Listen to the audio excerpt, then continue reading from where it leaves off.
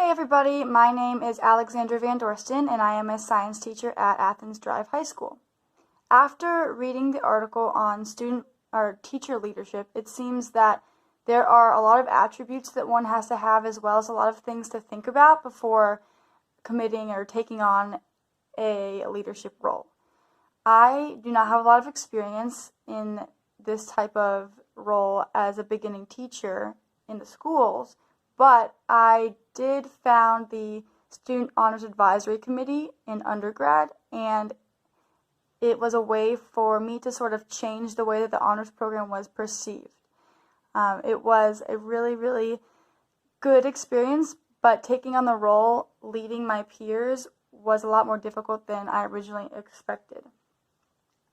So the honors program at UNC Asheville was a little bit unorganized, and I felt that a lot of people were applying and joining this program solely to put it on their resume. I really wanted there to be more events, more responsibilities. I wanted to set the honors program apart from the rest of the school by starting things like the honors mentor program and open idea forums and honors pancake nights and things like that.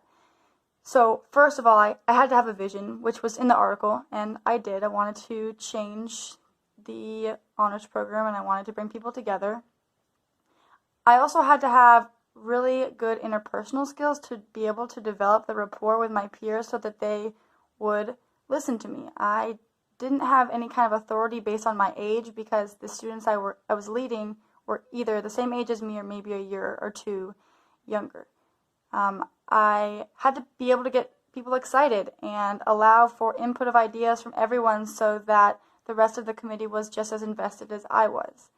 I had to form a group of people that I thought would be good for the job, and then with them we had to create the way that we were going to run the committee. So who was going to take the meeting minutes? How are elections going to work? When I step down from being the president or when I graduate, who's going to take my place? And if I'm not doing a good job, is there a way to have someone else take my position? How do we spread the workload out so that I'm not the one doing all of the work? What positions do we need? Do we need a treasurer? Do we need a secretary? What is necessary? We had to come up with a way to settle disputes and make decisions as a group. We had to come up with a description of each position. So we had to come up with a description of president. We had to come up with a description for secretary, for treasurer. We had to come up with a description and a goal for the committee in general. And we had to write all of this down so that we could proceed in an organized fashion.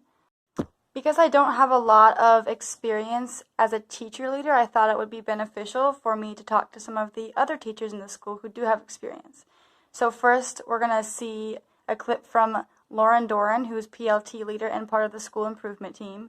Then Shannon Wilkins, who is the chair of the school improvement team, and Shane Berry, who is the chair of the STEM program at Athens Drive High School.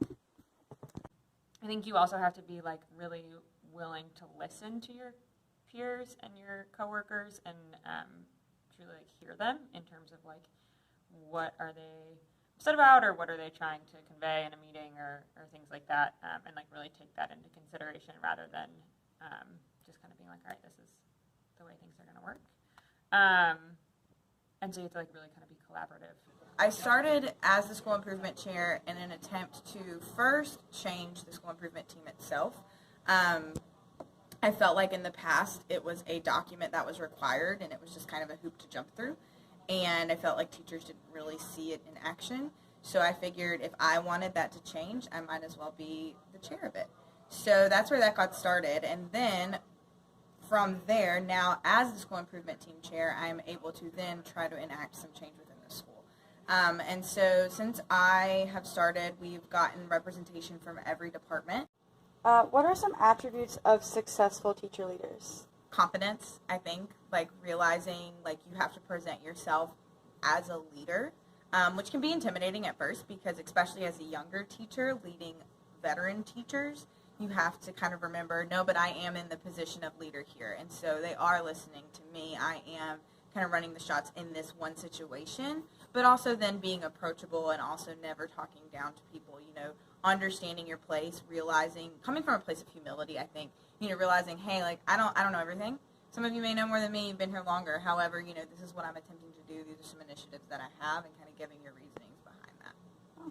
That means I coordinate not just all the students involved in our STEM Academy, but also all of the teachers that are involved in teaching the STEM classes. And that takes a lot of specific skills to do. So you need to make sure that you communicate well with all the teachers, get them all in the right spots at the right times, make sure they know what their schedules are, how that pertains to the STEM Academy, all of the things that are involved in the administrative kind of side of letting them know what's going on.